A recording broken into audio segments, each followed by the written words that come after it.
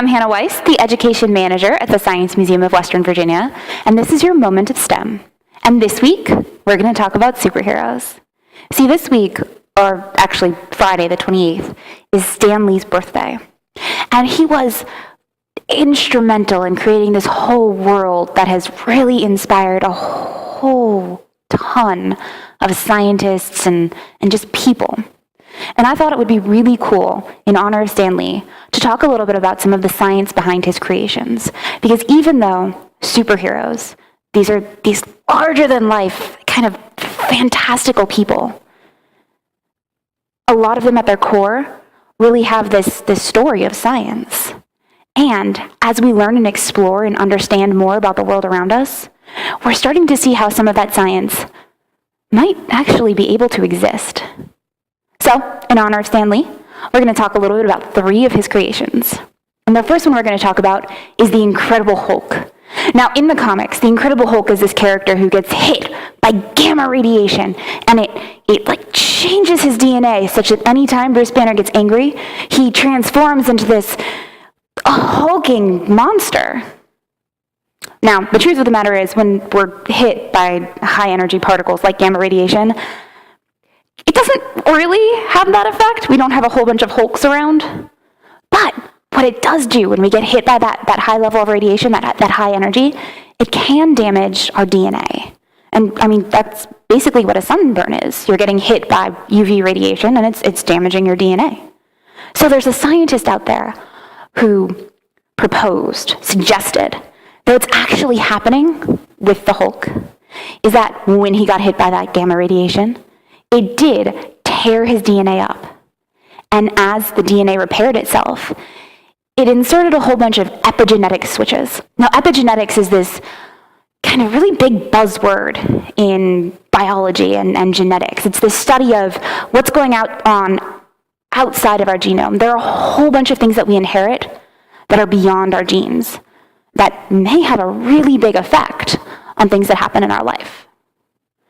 But with this scientist, he proposed that the Hulk, when his DNA repaired itself, inserted these epigenetic switches, things that changed the way his DNA was read when it received a certain stimuli, like a light going on, or, I don't know, maybe hormones released when you get really angry.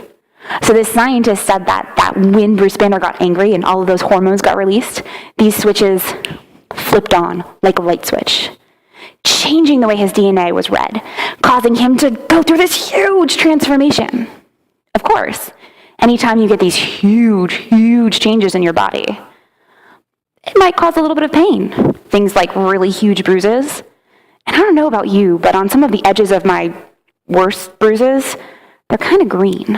So it could be that the Hulk's signature characteristic green color is just because his whole body is a bruise, which, I mean, would give me some breathtaking anger management issues. Another hero that Stan Lee created that we hear a lot about is Spider-Man. Now, Spider-Man is this character that got bit by a radioactive spider, or there might have been a spider totem involved, or there was something about a bunch of clones. Spider-Man's really complicated, but in kind of this core story, he got bit by a spider of some kind or another, triggering changes in his body. And we've talked a little bit about that, about radiation and DNA changes and how that maybe could happen. But the more interesting thing there is that he creates these web shooters. Peter Parker creates web shooters. And that's interesting because spider silk has a tensile strength of awesome. It is really, really strong. And there are actually some researchers who have done calculations suggesting that someone of Peter Parker's size could actually swing himself around on spider silk because of how strong it is. Spider silk is something that also researchers are really looking at because of how interesting and kind of powerful the material can be. And it's something that we're exploring for materials in the future. So there's a lot in the story of Spider-Man that's kind of out there. But that spider silk is a really, really interesting kind of scientific core there. The last character that I'd really like to talk about is Ant-Man. Now, Ant-Man is a really fun character because he's one that can grow or shrink. with the use of a special suit and PIM particles. And I'm not going to stand here and tell you that PIM particles are real and we've discovered them, because we haven't. But there are some scientists that recently looked into what would be necessary for Ant-Man to breathe when he shrinks down. See, breathing is a really big concern when you change size, kind of just like breathing is a concern when you go mountain climbing. If you go up high enough, the air is thinner. It takes a lot more breaths to breathe. And we face similar problems if we shrunk down. But this team of scientists at Virginia Tech figured out that there was this combination of pumps and filters and compressors that might actually make it possible for someone shrunk down like that to get enough air. Of course, when any researchers are doing this superhero science, they're probably not funded for the science there, for the superhero science. They're doing this instead because science communication is so important. Science is a huge part of our lives, and the only way any of us can understand it is if we explore it. And anything that gets people interested in science is a really powerful tool. And superheroes really, really inspire people.